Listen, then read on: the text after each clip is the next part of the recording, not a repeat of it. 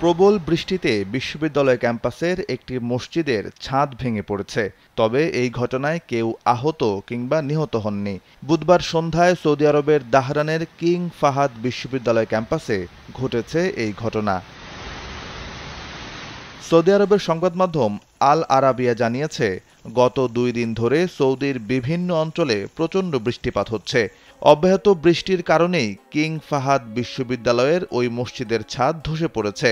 মসজিদ সম্প্রসারণের অংশ হিসেবে মূল ভবনের বাইরে স্টিলের এই ছাদটি স্থাপন করা হয়েছিল। স্টিলের ছাদের উপর এতই পানি জমা হয়েছিল যে এটি আর ভার বহন করতে পারেনি। এক পর্যায়ে ভেতরের দিকে ধসে পড়ে। তখন মসজিদের ভেতর বৃষ্টির পানি প্রবেশ করে এবং মসজিদে যেসব কার্পেট ছিল সেগুলো পানিতে ভিজে যায়। কেউ একজন মসজিদের মূল ভবনের ভেতর থেকে ছাদ ভেঙে পড়ার মুহূর্তটি নিজের মোবাইল ফোনে ধারণ করেছেন বলে জানিয়েছে আল আরাবিয়া। বৃষ্টিপাতের কারণে দেশটিতে সাধারণ মানুষকে সতর্কতা অবলম্বনের নির্দেশনা দেওয়া হয়েছে।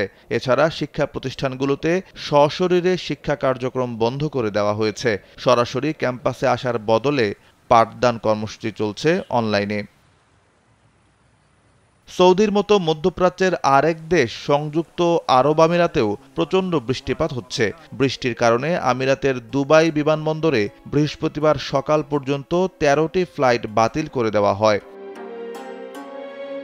এর আগে সৌদি আরবে ব্যাপক বৃষ্টিপাতে বিভিন্ন স্থানে বন্যার সৃষ্টি হয়েছে। এতে ক্ষয়ক্ষতির শিকার হয়েছেন দেশটির সাধারণ মানুষ। ঝুম বৃষ্টিতে ভিজেছে পবিত্র নগরী মদিনার মসজিদে নববীও। সামাজিক যোগাযোগের মাধ্যমে ছড়িয়ে পড়া বিভিন্ন ভিডিওতে দেখা গেছে মসজিদে নববীতে বৃষ্টিতে ভিজে আনন্দ করছে শিশুরা। বৃষ্টির পরিমাণ এতই বেশি ছিল যে মসজিদটিতে যে ছাউনি রয়েছে সেগুলো বেয়ে বেয়ে সজোরে পানি নিচে নেমে আসছিল। ওই সময় মদিনার আল ইসে সবচেয়ে বেশি বৃষ্টিপাত হয়। বৃষ্টির পানিতে উপত্যকা এবং বিভিন্ন প্রাচীরে পানি উপচে পড়ছিল।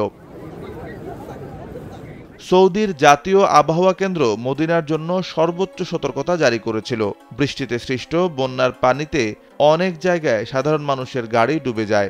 অনেক জায়গায় রাস্তাঘাটও বন্ধ হয়ে গিয়েছিল। সাইফ বিন আইয়ুব, কালবেলা ডেস্ক।